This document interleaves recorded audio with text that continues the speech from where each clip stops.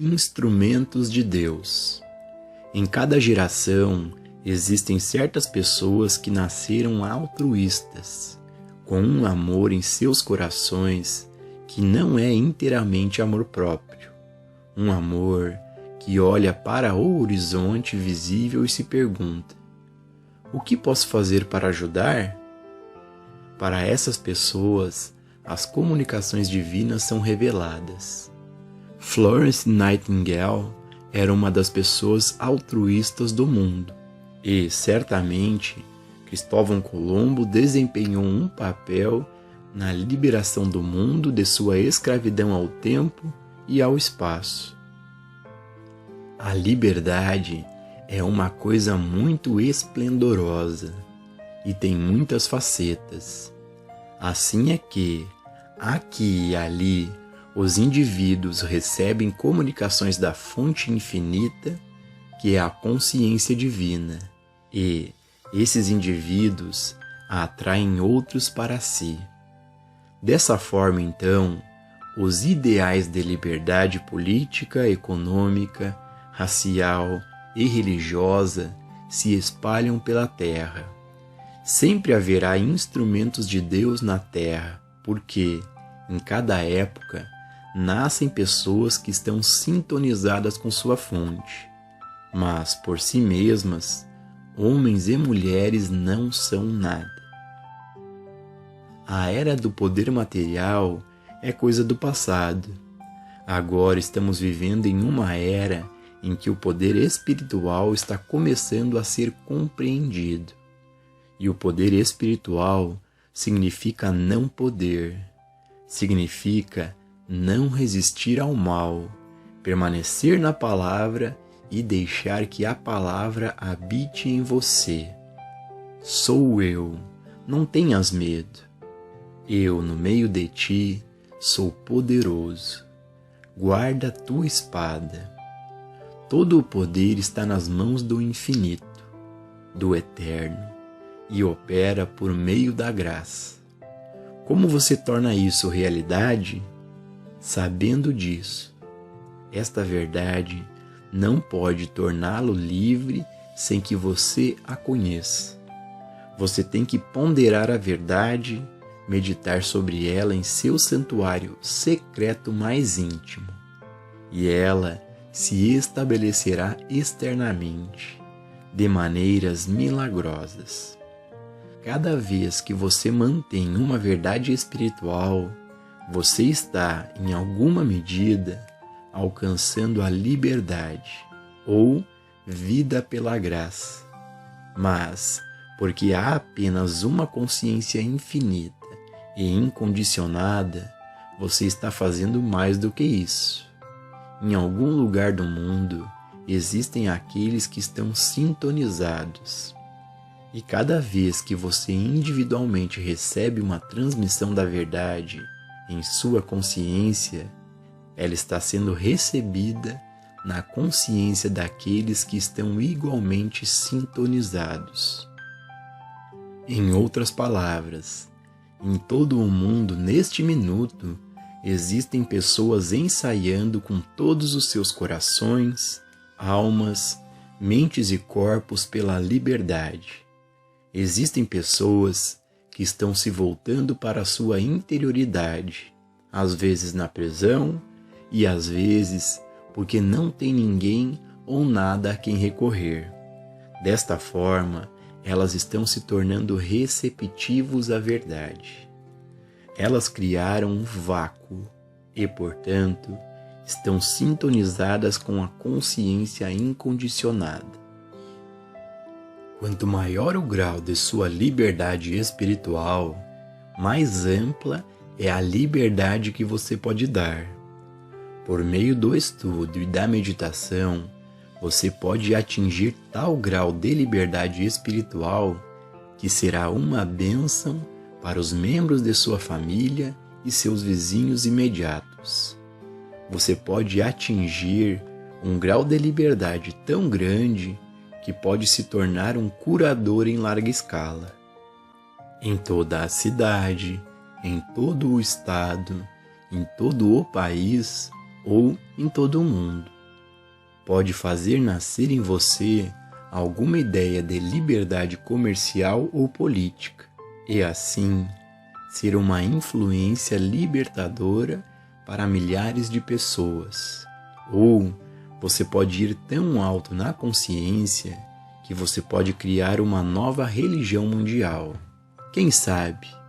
Mas, se você fizer isso, por favor, não a organize. O caminho infinito como ideal de liberdade. Lembre-se sempre de que a liberdade que você almeja em seu coração, todos os demais também almejam. Mas não acredite que alguém possa ser livre amarrando outra pessoa. Quando você libertar uma pessoa, lembre-se de que você deve libertá-la para que tenha qualquer religião que ela escolher, ou para ter nenhuma. Deixe todos livres e você mesmo será muito mais livre. O ideal de liberdade do caminho infinito sempre foi de um vínculo espiritual que une os indivíduos em um relacionamento eterno de amor, compartilhamento e boa vontade. Como um dos seus pontos fundamentais, o caminho infinito não tem membros nem taxas. Não há vínculo de ninguém consigo mesmo. Não apenas liberta a todos, mas mantém sua liberdade. A liberdade foi perdida na consciência. Essa ideia espiritual de liberdade não tem limites nem fronteiras e, se você olhar além do horizonte visível, verá como ela está funcionando em um grupo e em um país após o outro. A história registra eventos, mas raramente registra as causas subjacentes ou que levaram a esses eventos. Por exemplo, um conhecimento superficial da guerra entre os estados pode levar alguém a acreditar que esta guerra foi travada porque algumas pessoas amavam tanto os negros que estavam dispostas a morrer para libertá-los, ou por causa da rivalidade comercial entre o Norte e os estados do Sul. Tal confusão ignoraria o fato de que a ideia de liberdade, igualdade e justiça havia se infiltrado na consciência desde a Grécia Antiga, até o período em que a Carta Magna tomou forma na Inglaterra, e assim por diante, através da América, Revolução Francesa e Sul-Americana. Todos esses eventos foram apenas a manifestação de um estado de consciência alterado, que culminou em cada vez mais liberdade para o povo. Esta ideia de liberdade está agora se espalhando na área da religião. O bispo Pike, da Igreja Episcopal, está libertando muitos de seu povo de sua superstição e ignorância. E o falecido Papa João endossou a ideia de liberdade religiosa universal e completa para todas as pessoas. O Papa Paulo IV, ao ser eleito para o pontificado, anunciou que apoiava os objetivos do falecido Papa João, afirmando que a Igreja Católica Romana deveria continuar no curso indicado por seu predecessor. Um alto clérigo da Inglaterra, o bispo de Woolwich, escreveu que orar não é pedir nada a Deus, que orar é ouvir, e que devemos abandonar os conceitos de Deus para alcançar a experiência de Deus. Esses avanços são frutos da verdade que foi comunicada à consciência humana a partir da infinita consciência divina. Uma verdade que é dada a um indivíduo em consciência e que, ele considera sagrada dentro de si e a transmite apenas àqueles que são responsivos, de forma que forme um círculo ou flua entre eles, deve finalmente ser estabelecida para todos os homens na terra.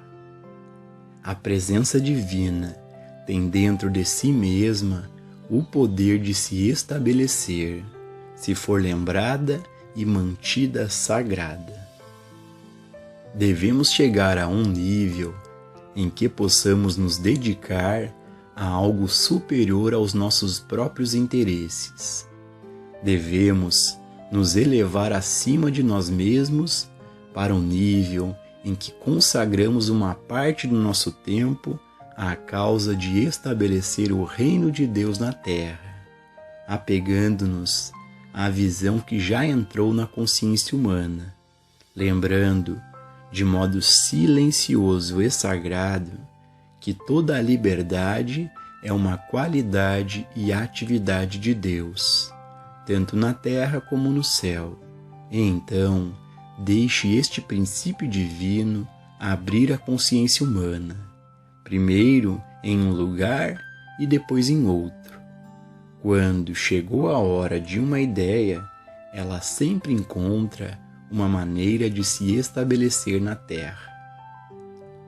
Quando um indivíduo recebe um princípio na consciência, naquele momento ele entrou na consciência humana. Os princípios da eletricidade, por exemplo, descobertos e recebidos através de um indivíduo, tornaram-se disponíveis para todas as outras pessoas no mundo. E mesmo que parecesse impossível, quando a ideia de uma carruagem sem cavalos nasceu na consciência de um leitor de medidor de gás que mal podia cuidar de sua família, recebeu todo o apoio necessário para fundar a Ford Motor Company. Assim é com qualquer ideia. Se nascer antes de seu tempo, ela morre. Se nascer na hora certa, carrega consigo tudo o que é necessário para o seu cumprimento. Viver a vida contemplativa e estabelecer a verdade na consciência. O mesmo ocorre também com uma verdade espiritual que é recebida na consciência de um indivíduo. Reconheça que a verdade que está dentro de você é maior do que tudo o que está no mundo exterior, tornando nulas e sem efeitos as armas deste mundo. Este princípio estabelecerá a liberdade individual em todos os níveis da vida humana, por meio de uma comunhão interior com o Espírito.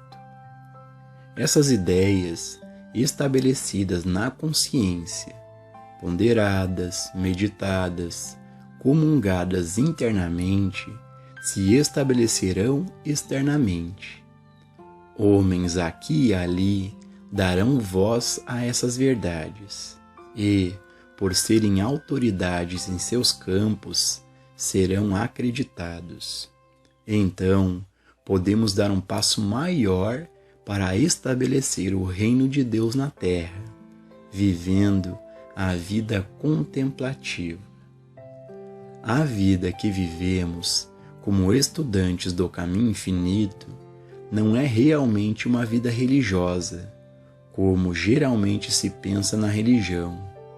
É uma vida contemplativa, a vida na qual ponderamos, meditamos e cogitamos sobre a realidade.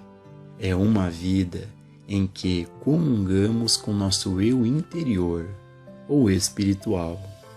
É uma vida que, por meio da receptividade, nos torna responsivo às comunicações do infinito para o indivíduo. É uma vida na qual buscamos na fonte divina o nosso bem, uma vida na qual não somos escravos das palavras. Muitas vezes, uma palavra toma conta de nós, e então somos as vítimas dessa palavra. palavras como ele, ela e aquilo. O diabo geralmente assume a forma de ele, ela ou aquilo. Na verdade, todo o mal está vinculado a essas palavras. Mas o que devemos fazer é olhar além de cada ele, ela e isso no mundo e perceber: Deus é a fonte do meu bem. Deus é a fonte do meu suprimento. Deus é o cimento de meus relacionamentos. Nesses momentos, estaremos olhando por cima das cabeças daqueles que são corruptíveis em sua conduta, daqueles que são meramente egoístas e daqueles que não são corruptíveis e nem egoístas, mas que são ignorantes.